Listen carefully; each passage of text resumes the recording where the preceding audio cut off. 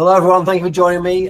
Today I'm delighted to be joined by Mo Ahmad from SAP and Andrew Smith from KPMG. Chaps, welcome, thank you for joining me. Great to be here, Andrew. Good to be with you, mate, as always. Indeed. So this is part of the education series we've been putting together with Agentic Procurement recently. And so far I've been looking to speak to a number of founders of AI native businesses. But today we're going to put the spotlight on some of the really big players in this marketplace. It's very clear to all of us now that AI is very much part of procurement's present, not just its future. And SAP has been at the centre of this shift, as we learned at a recent event that Mo and Andrew were both at. And so we've got bringing things like GenAI into source to pay through innovations on BTP and Ariba NextGen. So in this discussion, we're going to bring together three important elements: people, process, and technology. So Mo, can you tell us a little bit about your own role at SAP and your sort of background in this area before we get started, please? Yeah, sure.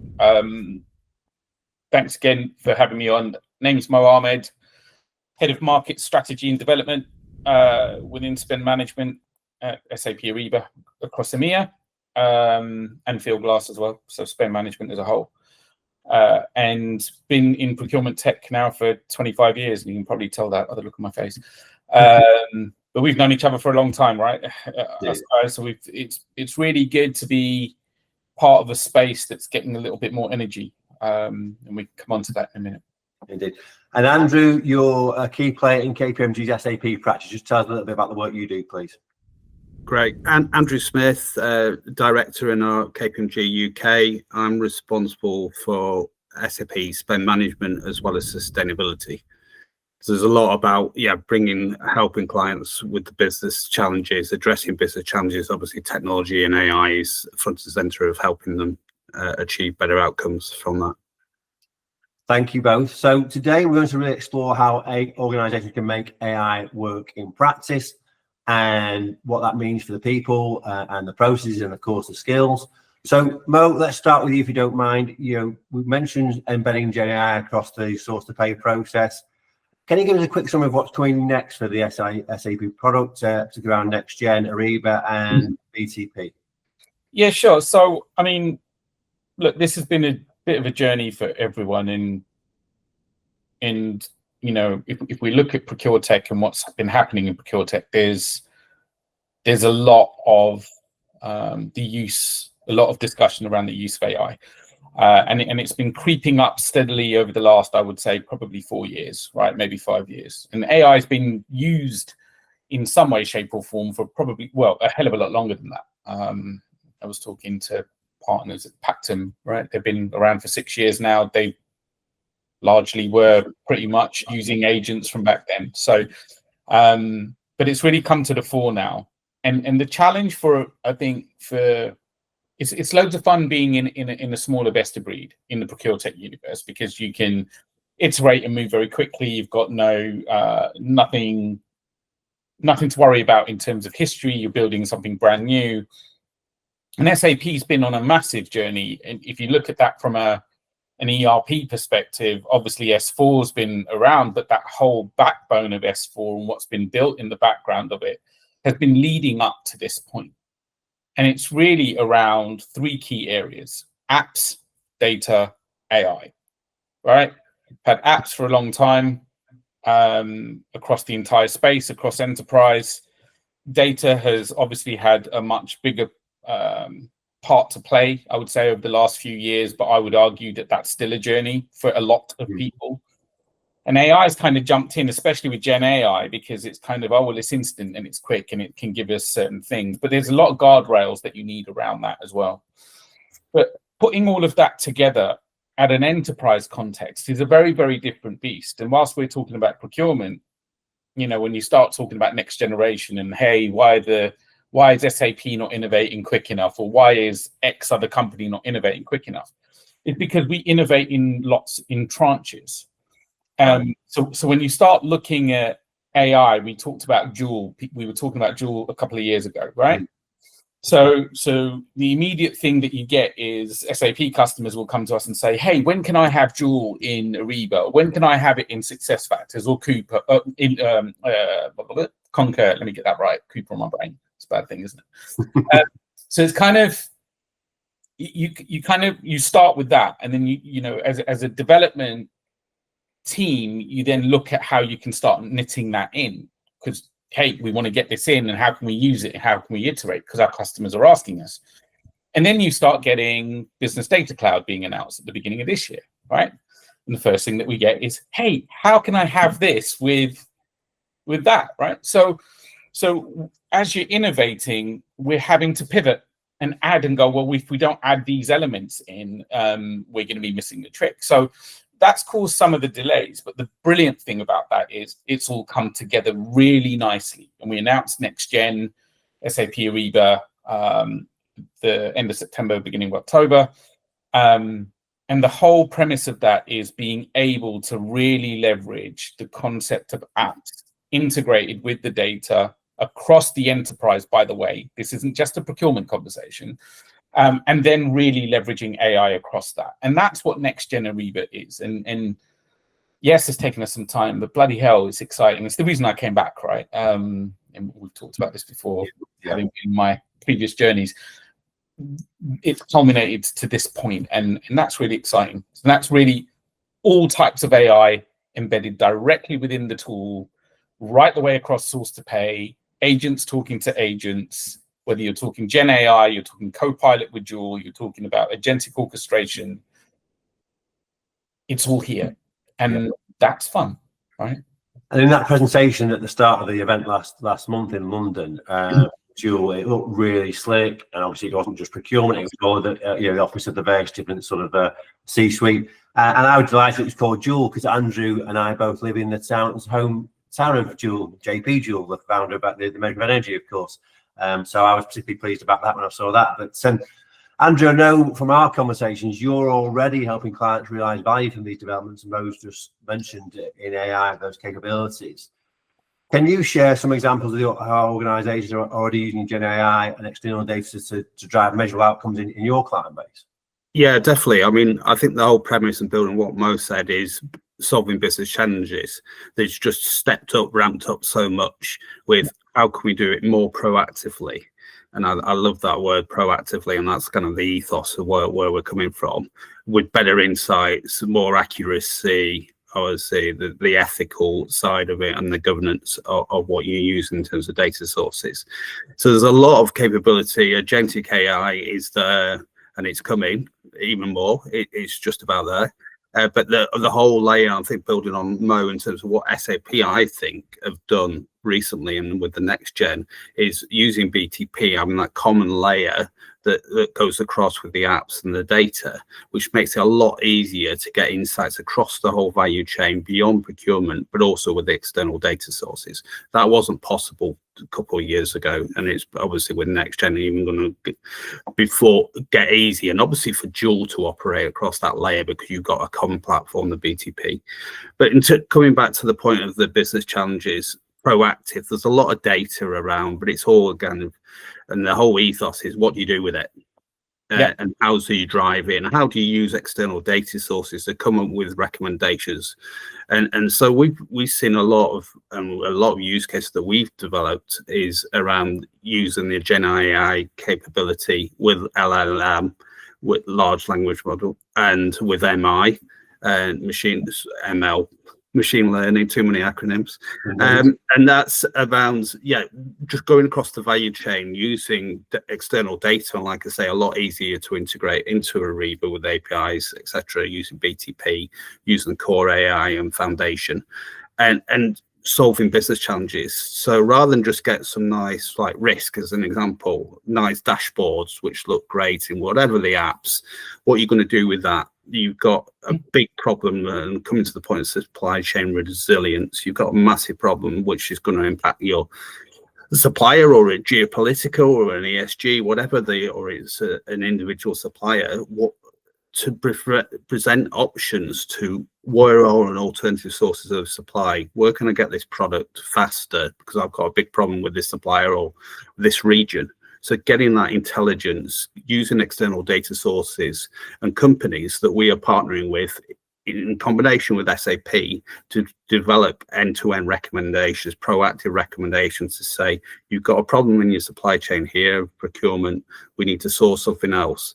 Not necessarily doing that automatically, because we think there's the user actually, whether that's the risk owner or the sourcing manager, still needs to make decisions, but presenting them with options. It's the agility and giving them the intelligence, right? And I think what you guys have already done with that has been really nice. I think that and we're going to come on to the human bit in a bit, because I know you're passionate about that, Andrew, which is the whole, the premise of what you're trying to do now, which I love. But it's kind of everything that's been going on through the world, and it's almost becoming a cliche and it's a bit annoying, but you're always having to look at what's going to be next and how you react next without having as big an impact to the business. And that requires that visibility, that intelligence, that ability to proactively see something either before it's happened or as it's happened. And then the opportunity going forwards is going to be to help humans to have recommendations or ideas or thoughts or something. And this is where I think AI is the most fun, is where you can use it to bounce off, to be able to go, hey, there's something's happened here. Here's an idea. Here's a thing that you may need to look at. Here's some thoughts around what you can do. And then you can decide, use your leverage your knowledge and experience to be able to go, okay, right, I've got to pivot. I've got this information. Now I can do something with it. Today, that's a much, much more difficult thing to do.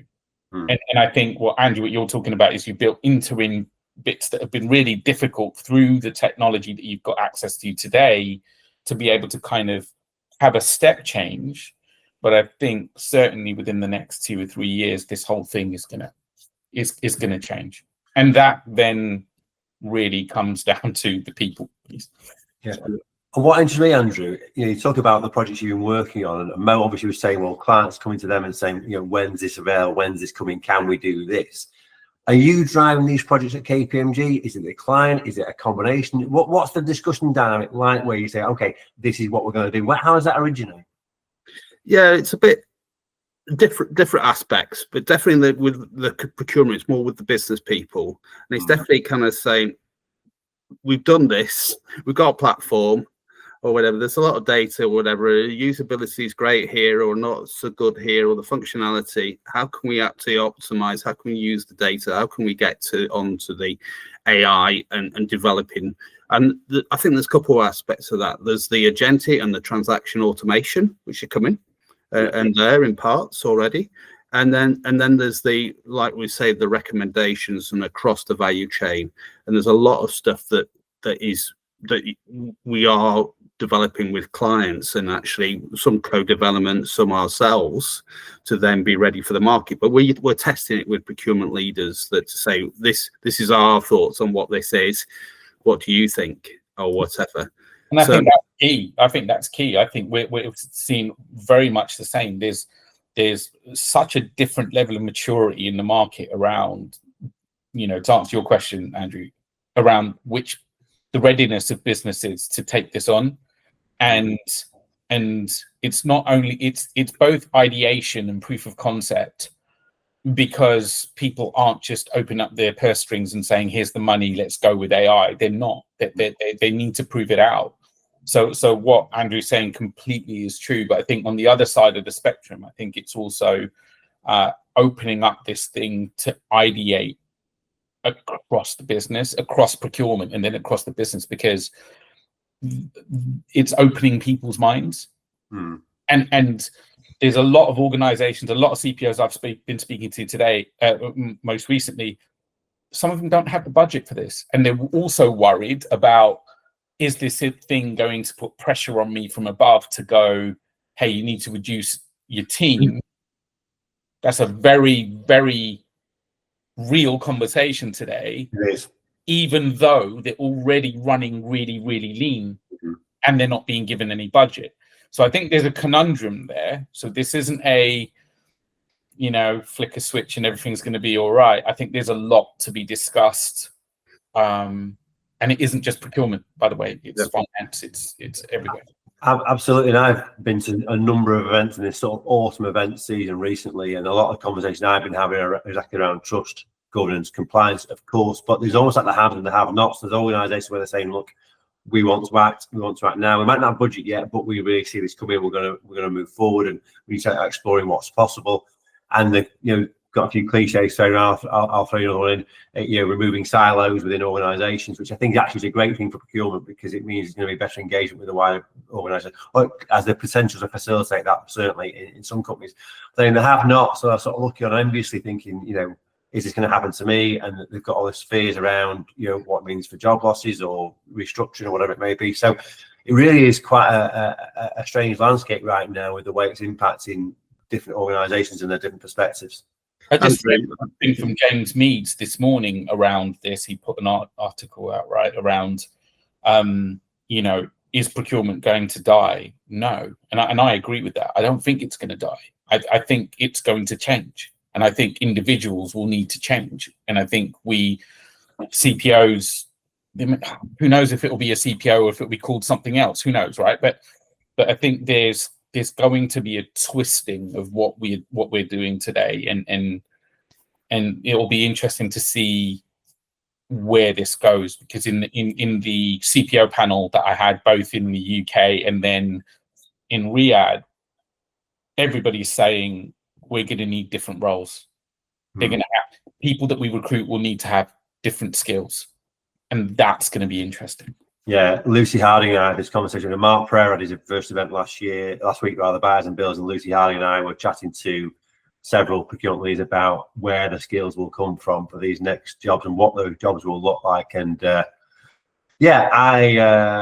for me personally, as a recruiter, on the one hand, you've got the threat of AI replacing some of what I do and teams being smaller, versus it's going to be incredibly difficult to recruit specific types of talent, and it's not going to be done through adverts.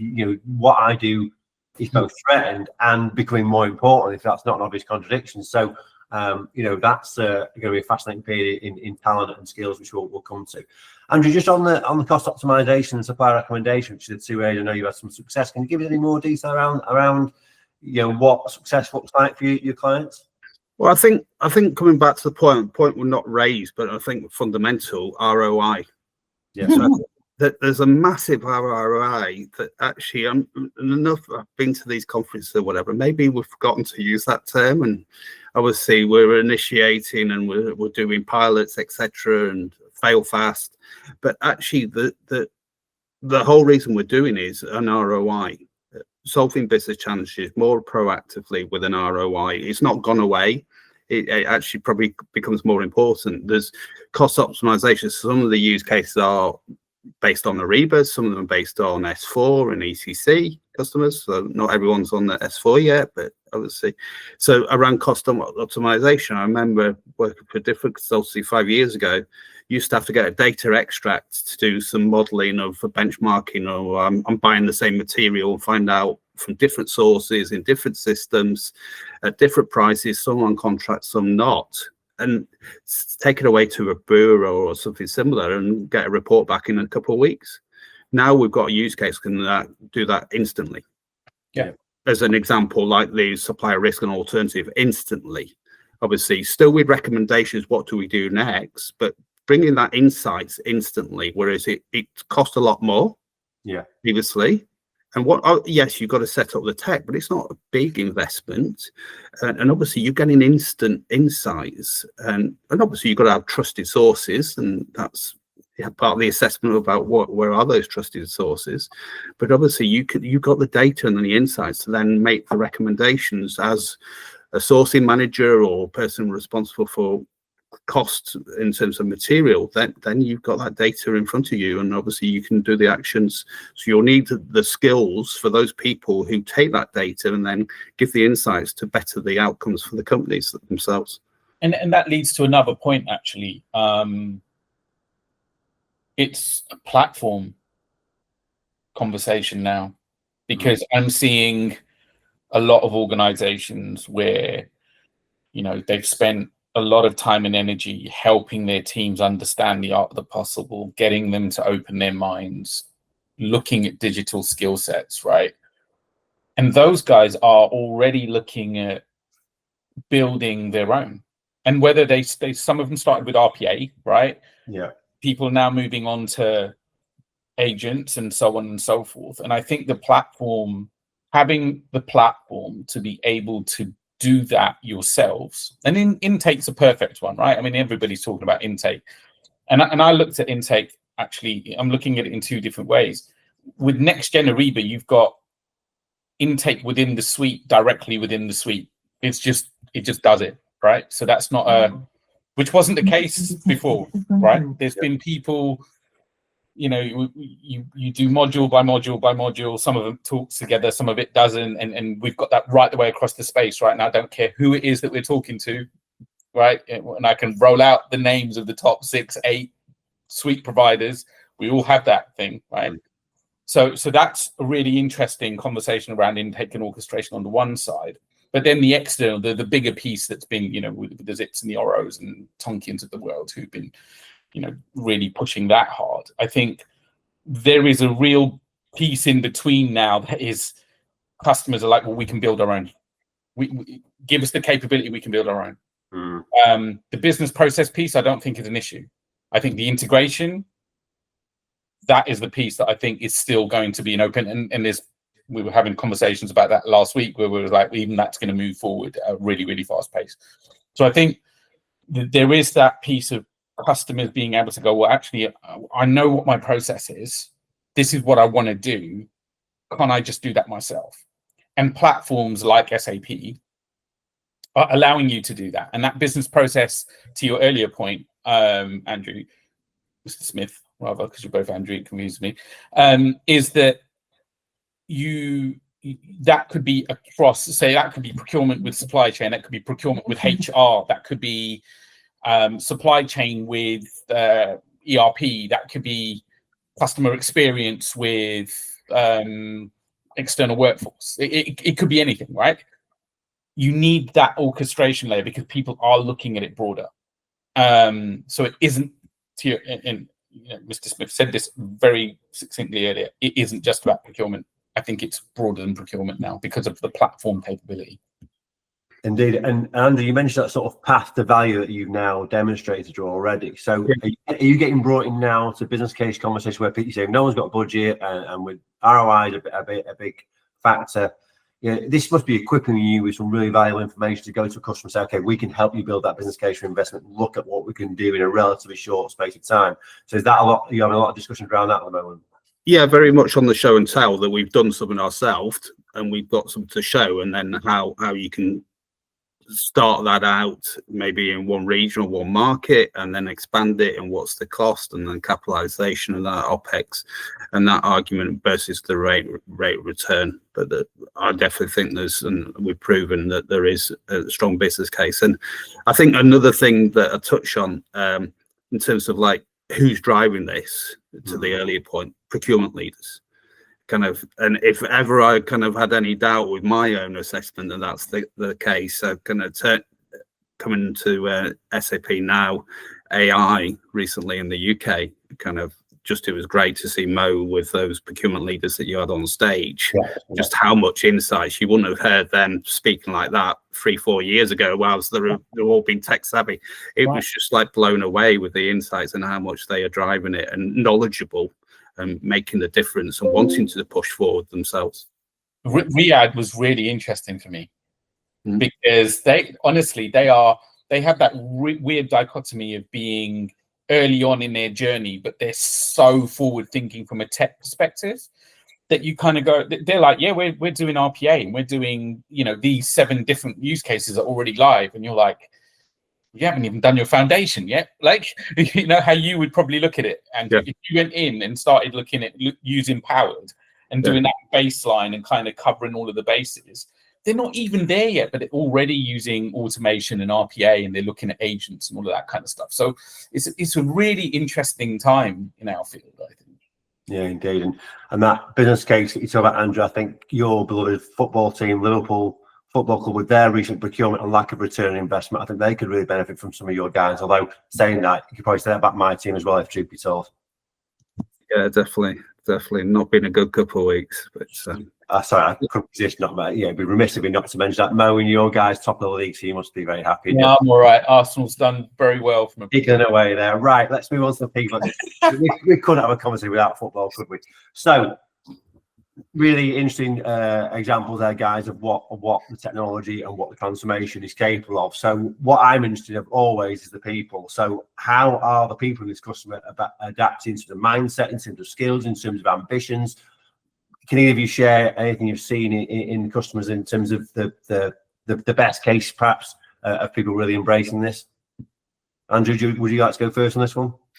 Yeah, I think, again, the procurement, the business, I'll use not just procurement, but business within the title, of being involved in these pilots, being involved in the art of the possible, helping shape the business challenges that are most important, and bring them into our insight center and say, these are the scenarios, the business scenarios of which to look at.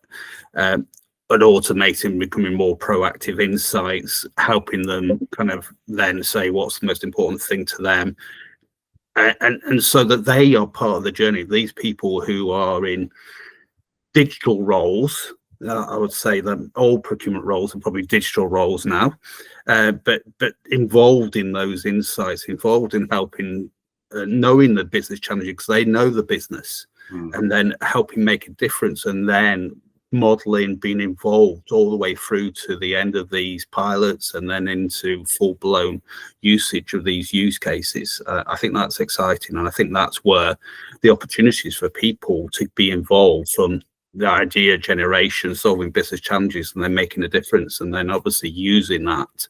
And I think it's a continuous improvement. This is just it's not, one person's role is not going to stay the same for any week or any month going forward, in terms of the insights, and obviously to move them forward, which hopefully means they get more, the more motivated, the return on investment from them as people will be, for them themselves and for the organization, will be far greater.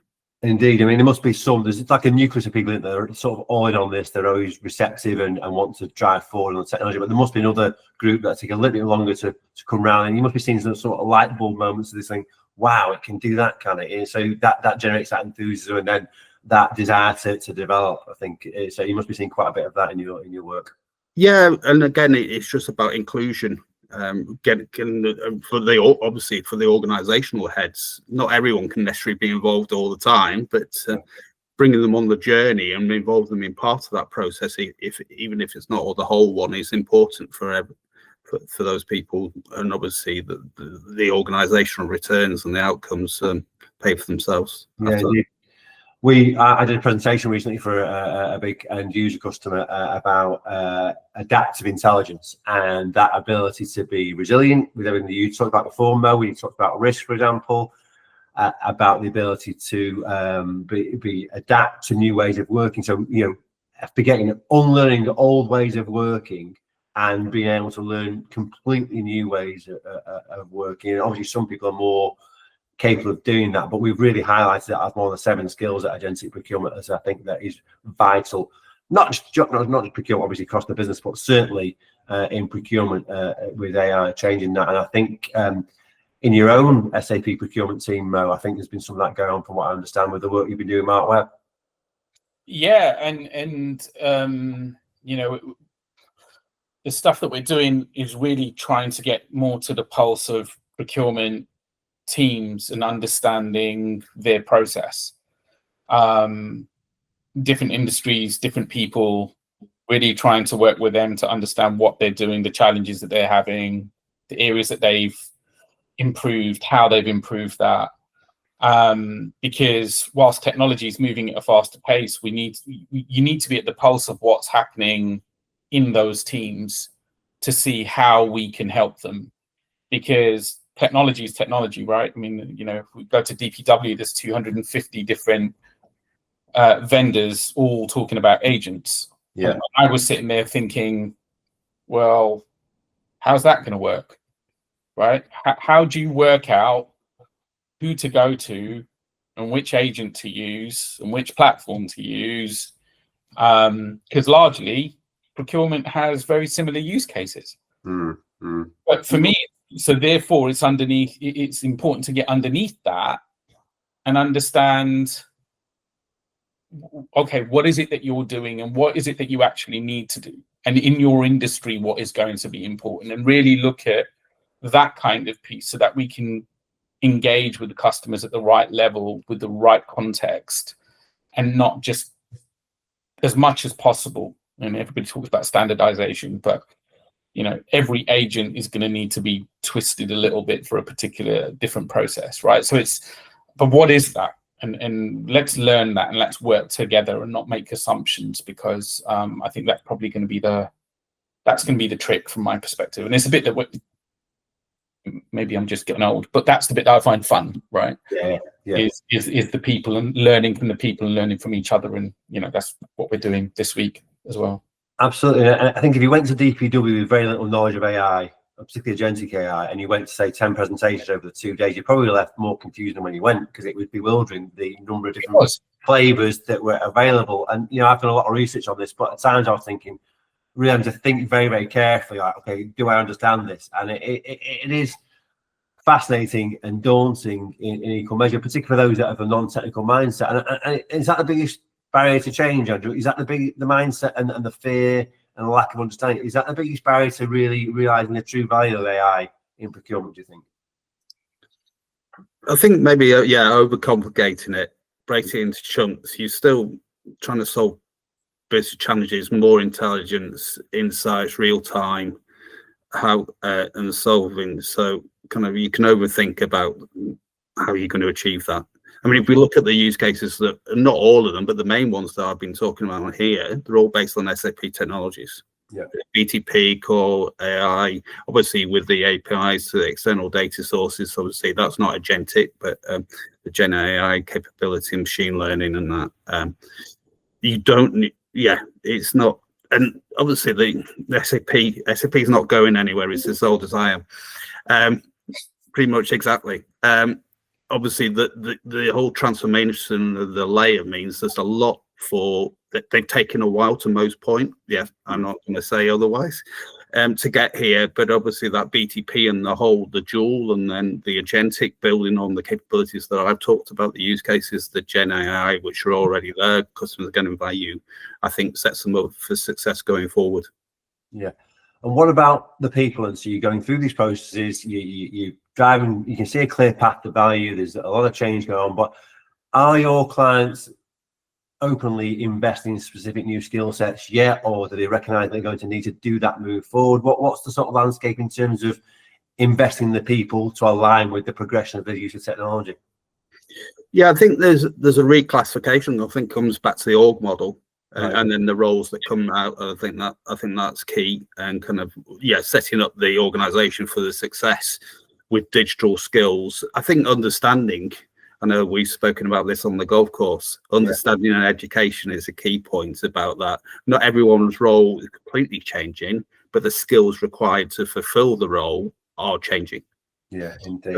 I think, and I think there's a yes, as well as maybe being able to configure BTP or whatever, there's a lot more to the use of this insights actually that will impact, and also in a positive manner, that people need to be aware of how they use the data, how their role will change it because of this, because of AI and whatever. But they need to know what the art of the possible is. I think kind of that's something that, Andrew, you obviously are keen to help with in terms of what's the art of the possible, because I think there's in some cases, and not for everyone, but there's the lack of understanding in simple language.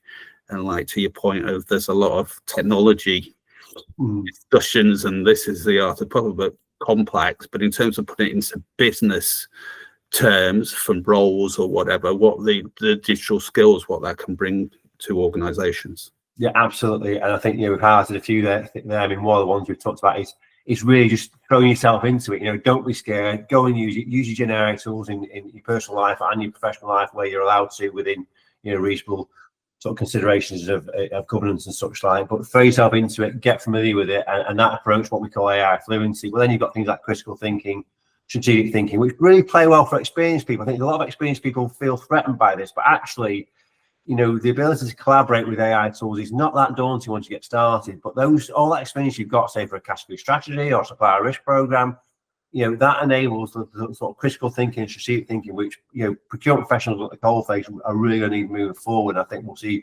investment in those skills. And then for the leaders, back to both your points earlier about business cases, ROI.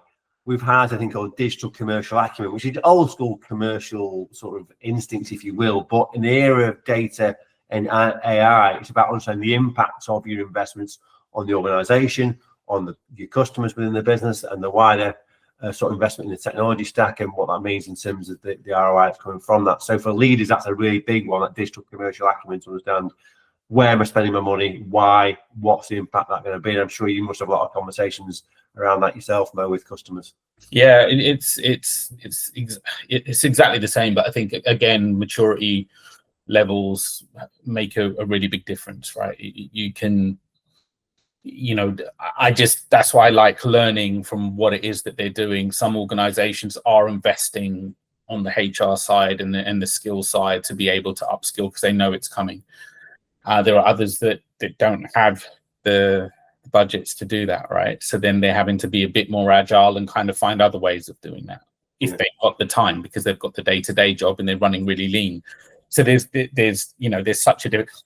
The good thing is that in today's day and age, you have the ability to go and find ways and means of doing that yourself without having to spend a huge amount of money or any money at all, right? I mean, I've learned just as much myself without doing any training with AI than I thought I could have. So, but it is really about mandating it, really understanding that this is going to change things, looking at the operating model and going, look, we've got to change as a team. This is what we need to be looking at in order to keep pace with everybody else. Even if we don't have budget, what can we do together? Yeah. So there's, procurement leaders out there are very cognizant of that. And I think they're putting their cases together to ensure that they get what they need, whether that's, with £5 or 5 million quid, it doesn't matter, right? I think we've got to do it either way. So, that's what we're seeing. It's very, very different. And the ones that are doing it really, really well, it's so fun to see them because it's all different ages, by the way, right? I mean, we talked about this before, the category managers and the strategic buyers that have been around for a long time, they're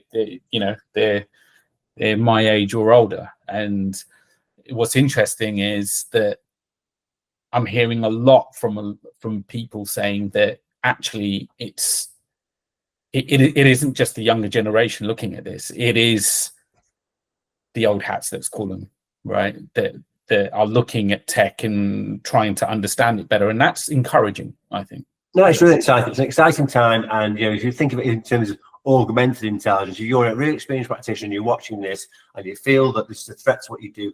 Think of it in terms of augmenting your own intelligence to do your job better. Throw yourself into it because you'll find it's actually much more enjoyable to learn.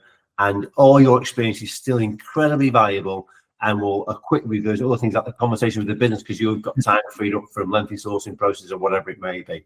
So, the people, the process, the technology, it's all intertwined.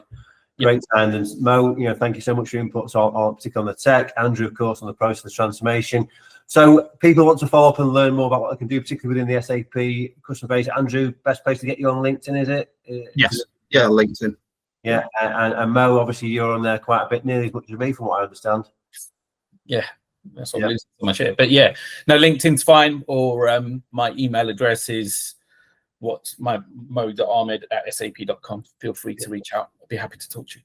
And one final note, Andrew mentioned the golf course there. If you're playing golf against Andrew Smith and he's had a golf lesson the day before, don't play him for money because he's going to even embarrass and defeat. He's done to me on several occasions because he is what's defined as a bandit. I was going to wear a hat today. It is embarrassing the number of times you've beaten me at golf, and Paul Desrosiers seems to be keeping some sort of score from what I understand, Andrew. Yeah, probably. Not the only one. Right, gents, thank you so much. That's been a fascinating discussion. I really hope people found it valuable and they can follow up and learn more, particularly about those use cases from Andrew, of course, what's coming down the line next with SAP. Gents, thank you so much. Really appreciate it. Cheers. Take care.